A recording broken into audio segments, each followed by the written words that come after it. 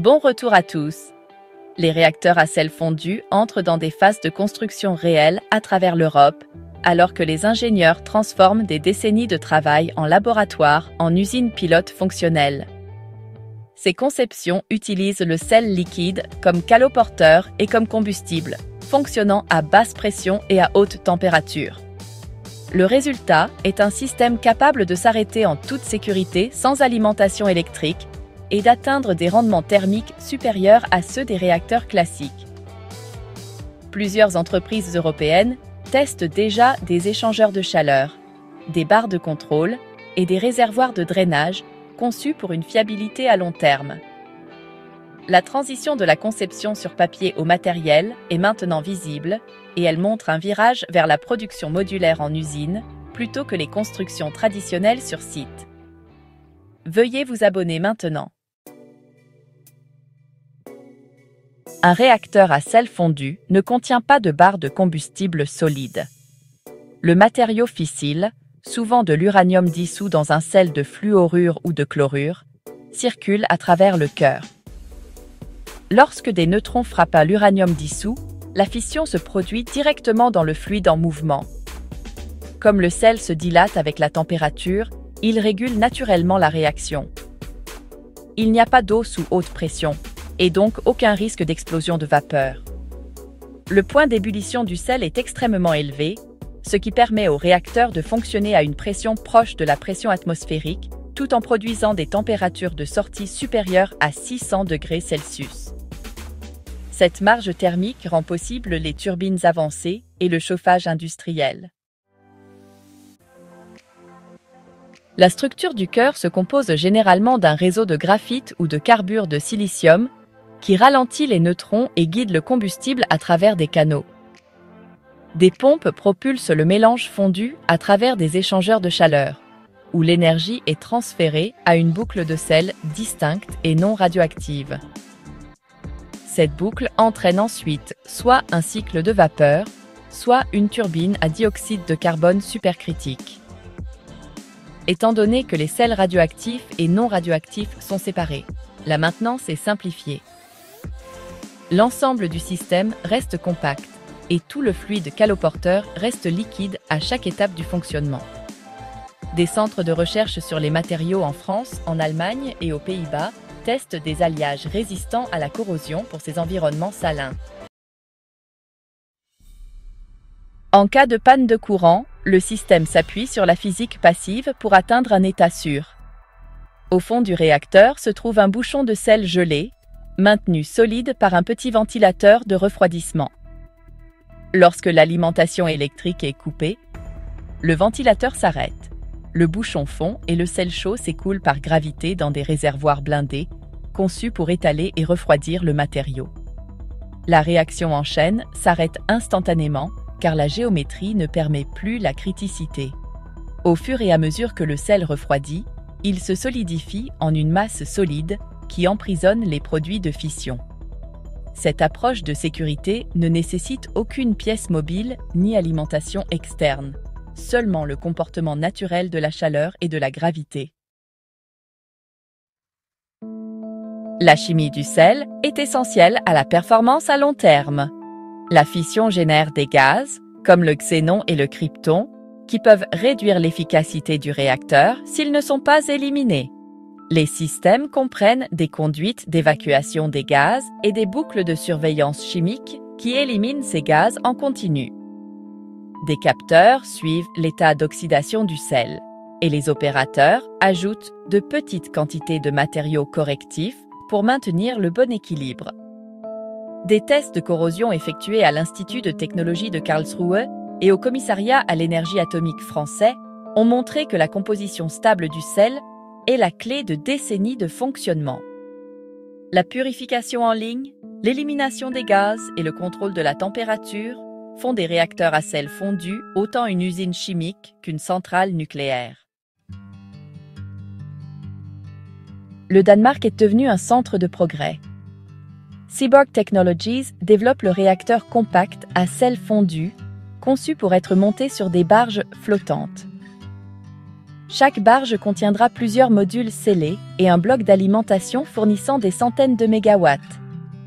La construction se déroule dans des chantiers navals, où le contrôle qualité est élevé et les conditions météorologiques sont sans importance. Pendant ce temps, Copenhagen Atomics travaille sur une conception modulaire plus petite, destinée à la chaleur industrielle plutôt qu'à la production d'énergie à grande échelle. Leur objectif est de fournir aux usines une chaleur à haute température, à la demande et sans carbone. Les deux entreprises visent à démontrer un fonctionnement à pleine échelle au cours des prochaines années et à intensifier la production grâce à une fabrication standardisée. Au Royaume-Uni, Moltexflex construit un réacteur à sel fondu capable d'ajuster sa puissance pour s'adapter aux fluctuations de la production d'énergie renouvelable. Le concept sépare le cœur nucléaire du sel utilisé pour le stockage de la chaleur, ce qui permet à l'installation de fonctionner à la fois comme un réacteur et une batterie. Lorsque l'électricité renouvelable est abondante, le réacteur peut stocker l'excès de chaleur. Lorsque la demande augmente, il peut fournir de l'énergie instantanément, sans stress thermique. Ce type de flexibilité convient aux réseaux européens qui dépendent désormais fortement de l'éolien et du solaire. Moltexflex collabore avec des laboratoires nationaux et des fournisseurs de composants pour qualifier les matériaux, les revêtements et les systèmes de pompage pour une longue durée de vie. Le calendrier de construction des premières unités de réacteurs à sel fondu en Europe s'étend sur la deuxième moitié de cette décennie. Seaborg prévoit une barge pilote vers 2027. Copenhagen Atomics a l'intention de commencer à tester leur boucle de sel complète et leur ligne de manutention de combustible dans le même laps de temps. Moltexflex s'attend à achever un prototype de boucle de transfert de chaleur au Royaume-Uni avant l'obtention de la licence complète. Ces étapes dépendent des examens réglementaires, des essais de composants et de la certification industrielle, mais chaque entreprise commande maintenant du matériel réel. La course ne porte pas sur le fonctionnement des réacteurs à sel fondu, mais sur le design qui atteindra la maturité commerciale en premier. L'un des principaux attraits des réacteurs à sel fondu est leur capacité à s'intégrer à de multiples industries. Ils peuvent générer de l'électricité, produire de l'hydrogène ou fournir de la chaleur de processus directs pour les usines sidérurgiques, cimentières et chimiques. Parce qu'ils fonctionnent à une température élevée constante, l'efficacité reste élevée, même à charge partielle. Des groupes de recherche européens en Italie et en Suisse modélisent l'intégration avec le chauffage urbain et l'électrolyse de l'hydrogène. Des réservoirs de stockage thermique remplis de sel propre peuvent retenir l'énergie pendant des heures ou des jours. Cette capacité multi-usage permet de justifier l'investissement en desservant à la fois le réseau électrique et les marchés industriels avec le même type de réacteur. Les systèmes réglementaires européens s'adaptent. L'Office for Nuclear Regulation du Royaume-Uni utilise un processus d'approbation échelonné, connu sous le nom d'évaluation générique de la conception, Generic Design Assessment, pour examiner les réacteurs modulaires avant leur implantation. Le Danemark, bien qu'il n'ait jamais été une nation nucléaire auparavant, est en train d'établir un cadre pour évaluer les conceptions de réacteurs à sel fondu. La France et l'Allemagne participent à des essais communs dans le cadre des programmes de recherche d'Euratom. La Commission européenne finance des études sur la corrosion et la chimie afin d'harmoniser les normes de sécurité. Cet environnement coordonné permet à de petites équipes nationales de partager des données, ce qui accélère le processus par rapport à un travail en vase clos. Les progrès en matière de licence avancent désormais en parallèle avec la fabrication des composants. Le cycle du combustible de ces réacteurs peut évoluer vers le thorium. Les premières versions utiliseront de l'uranium faiblement enrichi, car il est déjà approuvé par la réglementation existante. Les unités ultérieures pourront ajouter du fluorure de thorium pour produire de l'uranium-233, bouclant ainsi la boucle du combustible et réduisant les déchets. Les systèmes à sel de chlorure fonctionnant dans un spectre de neutrons rapides pourraient consommer le plutonium des stocks de combustible usagés. Cette adaptabilité permet à chaque pays d'utiliser ses propres ressources.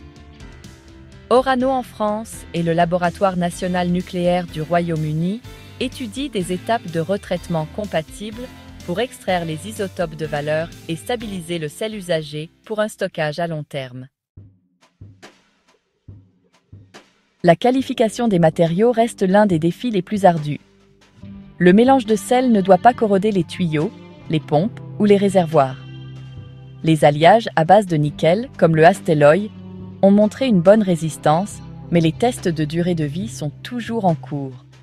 Les joints, les roulements et les vannes nécessitent des conceptions capables de tolérer à la fois les radiations et les contraintes chimiques. Les installations de recherche du KIT en Allemagne exploitent des boucles d'études de corrosion qui fonctionnent en continu à pleine température pendant des mois. Les résultats alimentent les mises à jour de conception à travers le continent. Chaque succès mesuré raccourcit le chemin vers la certification, car les régulateurs exigent des données prouvant qu'aucune dégradation inattendue ne se produit dans les conditions de fonctionnement. L'intérêt du public pour l'énergie nucléaire s'accroît à mesure que l'Europe recherche des sources stables. Les réacteurs à sel fondu promettent moins de déchets à vie longue et une sécurité intrinsèque par rapport aux réacteurs à eau pressurisée. Leur approche basée sur la fabrication en usine pourrait réduire les coûts et éviter des retards de construction de plusieurs années. Les réacteurs flottants ou modulaires permettent un déploiement flexible près des utilisateurs industriels ou des réseaux côtiers. Si ces systèmes fonctionnent comme prévu, ils pourraient compléter les énergies renouvelables en fournissant une chaleur constante. Le succès des développeurs européens influencera les conceptions à l'étude au Canada, au Japon et en Corée du Sud avant la fin de cette décennie. La technologie des sels fondus allie la physique nucléaire, la chimie et l'ingénierie industrielle. Elle offre un rendement élevé, une sécurité à basse pression et une flexibilité en matière de combustible.